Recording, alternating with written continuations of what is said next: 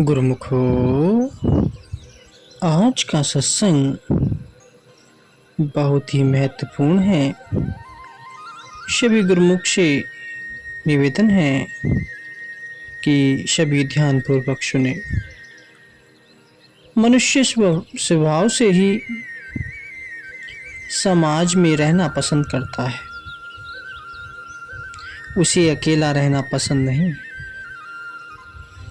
प्रकृतिवश प्रत्येक मनुष्य को किसी न किसी साथी की खोज और आवश्यकता होती है।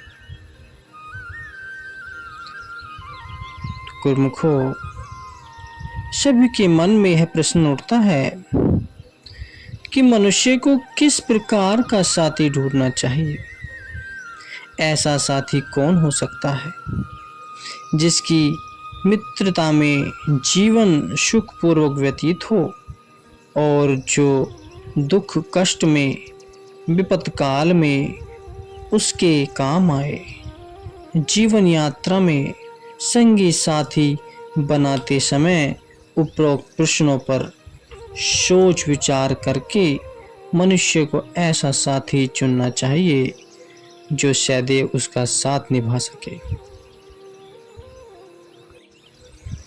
संत पुरुष किस प्रकार लोक परलोक में जीव की सहायता करते हैं, गुरुमुखो यह दृष्टांत ध्यान पूर्वक सुने। सन 1921 की बात है।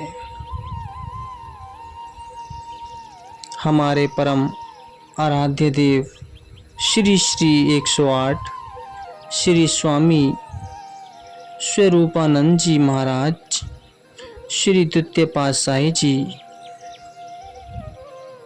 मौजा कंकिया जिला बन्नू में भक्त खान चंद्र जी महात्मा योग आत्मानंद जी के घर सत्संग प्रचार के लिए ठहरे हुए थे।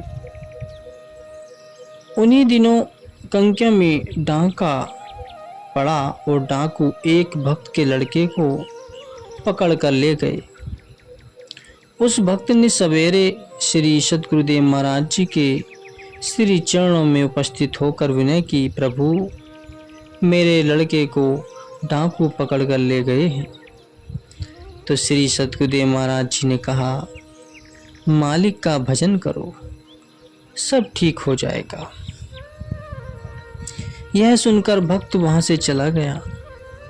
3 दिन के पश्चात डाकुओं की ओर से उस भक्त के नाम एक पत्र आया कि 10,000 रुपये अमुक स्थान पर भिजवा दो तो तुम्हारे लड़के को छोड़ दिया जाएगा, अन्यथा उसके जीवन से हाथ धो बैठोगे। उस भक्त का एक ही लड़का था, अतः पत्र पाते ही भागा भागा श्री सद्गुरुदेव महाराज जी के पास गया और पत्र के विषय में संपूर्ण वृतांत श्री चरणों में निवेदन किया। श्री सद्गुरुदेव महाराज जी ने कहा, तुम्हें पहले भी कहा गया है कि मालिक का भजन करो, कुदरत सब ठीक करेगी। वह भक्त निराश होकर वहां से चुपचाप चला गया और मन में सोचने लगा कि मेरे लड़के के छूटने की अब कोई आशा नहीं है। न ही मैं डाकुओं को इतना रुपया दे सकूंगा, न ही डाकू लड़के को छोड़ेंगे। यह सोचकर वह भक्त पूरी तरह निराश हो गया, परंतु फिर भी सद्गुरुदेव महाराज जी के वचनों को स्मरण मालिक का भजन सुमरन करने लगा। विधि का खेल है गुरुमुखो। डाकू उस लड़के के साथ पहाड़ियों के अंदर छिपकर बैठे थे। उन्होंने लड़के के हाथ पांव बांधकर उसे एक कोने में बिठाया हुआ था। सब डाकू निश्चिंत होकर खाना खा रहे थे। अचानक उन्हें पहाड़ी पर एक सिपाही घूमता हुआ नजर आया। एक डाकू बोला, मालूम होता है कि पुलिस आ गई है। अब डाकू लड़के को वहीं छोड़कर भाग खड़े हुए। डाकुओं के भागने पर वह सिपाही नीचे उतरकर लड़के के पास आया और उससे सब हाल पूछा तो लड़के ने अपने पिता का तथा अपने गांव का नाम बताया और डाकुओं का सब हाल भी सिपाही को कह सुनाया। सिपाही ने उसके हाथ पैर खोले और उसे साथ लेकर उसके गांव की ओर चल दिया। गांव के निकट पहुंचकर उसने लड़के को छोड़ दिया। लड़के ने सिपाही को घर चलने के लिए 2-3 बार कहा, परंतु सिपाही नहीं माना और उत्तर दिया कि मेरा काम तो तुम्हें छुड़ाना था, सो वह काम तो हो गया, अब मैं जाता हूं। उस लड़के ने घर पहुंचकर अपने पिता को सारी आप बीती कह सुनाई। वह भक्त यह सुनकर समझ गया कि श्री सद्गुरुदेव महाराज जी के अतिरिक्त इस विषम परिस्थिति में कौन वहां पहुंच सकता था।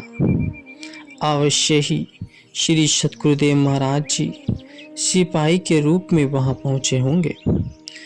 दूसरे दिन वह भक्त अपने लड़के तथा परिवार के सदस्यों को साथ लेकर श्री चरणों में उपस्थित हुआ और आपको बार बार धन्यवाद देते हुए आपके गुणानुवाद गाने लगे।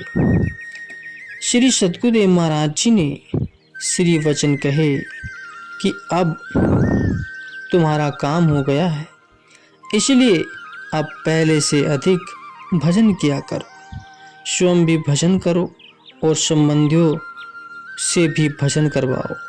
भजन करने से अंदर के काम, क्रोध, लोभ, मोह, अहंकार आदि तथा बाहर के सब डाकू भाग जाते हैं। जो मालिक का भजन करते हैं वे इस लोक में भी तथा परलोक में भी सुखी रहते हैं। उन्हें कोई दुख, कष्ट, विपदा नहीं सताती।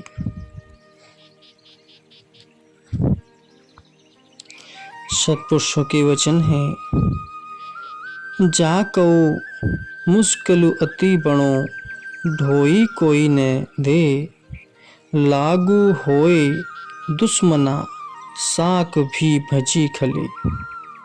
सबो भजे आशरा, चुके सबु असराओ, चित आवे ओसु पार ब्रह्म, लगे न ताती पाओ। जिनको अत्यंत कठिनाई का सामना करना पड़े और उस स्थिति में सहारा देने वाला कोई न हो, शत्रुओं से वह घिर जाए, रिश्तेदार और मित्र आदि सब साथ छोड़ दें, सभी आश्रय छूट जाएं और सब सहारे टूट जाएं, उस स्थिति में यदि मनुष्य प्रभु की याद को चित्त में बसा ले तो उसे किसी प्रकार का दुख कष्ट छू भी नहीं सकता। जो पार ब्रह्म परमात्मा की शरण ग्रहण कर लेते हैं उसे गर्म हवा नहीं लगती, दुख कष्ट नहीं सताते, क्योंकि उसके चारों ओर प्रभु नाम की लक्ष्मण रेखा खिंच जाती है। कोई दुख कष्ट जिसका अतिक्रमण नहीं कर सकता, किंतु सद्गुरु से मिलाप होने पर ही ऐसी बात बनती है।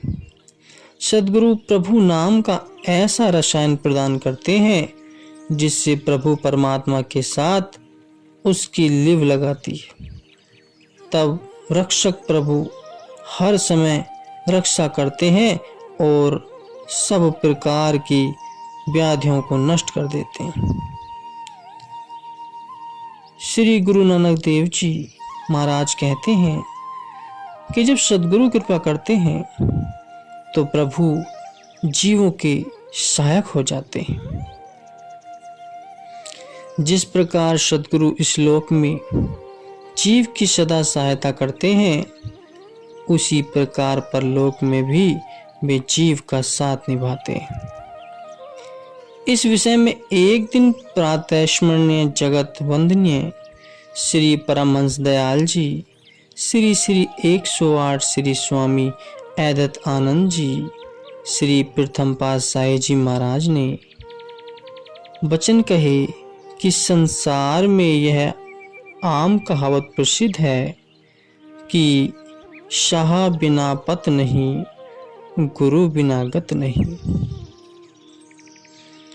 कि संसार में आमतौर पर परिवारों में यह नियम चला आता है कि वे अपना एक शाह बना लेते हैं और आवश्यकता के समय अर्थात विवाह, मृत्यु आदि के अवसरों पर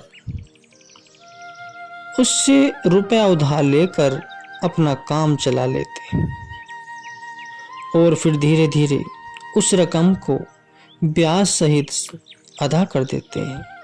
इससे उनका काम भी निकल जाता है और अपने संबंधियों तथा अड़ोसियों पड़ोसियों में उनकी पद इज्जत भी रह जाती है। इसी प्रकार लोगों में गुरु धारण करने की प्रथा भी चली आती है। उन लोगों के मन में यह धारणा है कि जैसे संसार लोक में कामों के लिए शाह बनाया, वैसे ही परमार्थ अथवा परलोक के कामों के लिए भी गुरु धारणा कर लेना चाहिए। वरना जैसे आवश्यकता के समय शाह के बिना जगह जगह से रुपया मांगना पत जाती रहती है, वैसे ही गुरु के बिना परलोक में गत अर्थात गति नहीं हो सकती। उनकी यह धारणा बिल्कुल ठीक है, परंतु गुरु धारण करते समय यह ध्यान रखना आवश्यक है कि गुरु पूर्ण रूप से पूर्ण गुरु हो। श्री परमहंस दयाल जी महाराज ने इस विषय पर एक मिसाल देते हुए कहा, जो लोग मित्र के दुख से दुखी नहीं होते, उन्हें देखने से ही बड़ा पाप लगता है। मित्र वास्तव में वही है जो अपने पर्वत के समान दुख को धूल के समान और मित्र के धूल के समान दुख को सुमेरु बड़े भारी पर्वत के समान जाने। मित्र का धर्म है कि वह मित्र को बुरे मार्ग से रोककर अच्छे मार्ग पर चलाए, उसके गुण प्रकट करे और अवगुणों को छिपाए, देने लेने में मन में शंका न रखे, अपने बल के अनुसार सदा हित ही करता रहे और विपत के समय में तो 100 गुना स्नेह करे। वेद कहते हैं कि संत मित्र के गुण लक्षण ये हैं, किंतु सांसारिक लोग क्या ऐसी मित्रता करते हैं? क्या उनमें मित्रता के लक्षण मौजूद हैं? संसार में जहाँ चारों ओर स्वार्थ का ही साम्राज्य है, ऐसे मित्र अथवा साथी का मिलना कठिन ही नहीं अपितु असंभव है। आम संसार की मित्रता के विषय में एक कवि ने कहा है कि हे मनुष्य, ये जितने भी सगे संबंधी तथा बांधु बांधव हैं, सबके सब सुख एवं खुशी के ही साथी हैं। हमने संसार में ऐसा कोई व्यक्ति नहीं देखा जो किसी दुखी को गले लगाए। तो क्या संसार में कोई भी मनुष्य का सच्चा साथी अथवा मित्र नहीं है? ऐसा नहीं है। सच्चा साथी और मित्र हैं और अवश्य हैं। यदि विचार पूर्वक देखा जाए तो संत सद्गुरु ही वास्तव में जीव के सच्चे साथी संगी हैं। उन जैसा जीव का हितैषी संसार में अन्य कोई नहीं हो। यह जीव परमपिता परमात्मा का अंश है। मनुष्य के किसी भी अंग में यदि कष्ट हो तो उस कष्ट से सारा शरीर जिस प्रकार दुखी एवं परेशान हो जाता है, उसी प्रकार अपने अंश को दुखी परेशान देखकर अंशी परमात्मा से भी सहन नहीं होता। उनका हृदय भी द्रवित हो जाता है और वे जीव को दुखों कष्टों से मुक्ति दिलाने और उसे सुखी बनाने के लिए संत सत्पुरुषों के रूप में इस धरा पर अवतरित होते हैं। वे जीव को अपने कल्याणकारी एवं हितकारी सत्य उपदेशों द्वारा गलत मार्ग पर जाने से रोकते हैं, उसे भक्ति परमार्थ के सही मार्ग पर लाते हैं और अपने पावन शरीर पर कष्ट सहन करके भी वे अपने अंश को सुखी बनाने का हर संभव यत्न करते हैं। उनका इस धरा पर अवतरण केवल परमार्थ एवं परोपकार के लिए ही होता है। संत सद्गुरु ही वास्तव में जीव के सच्चे संगी साथी हैं।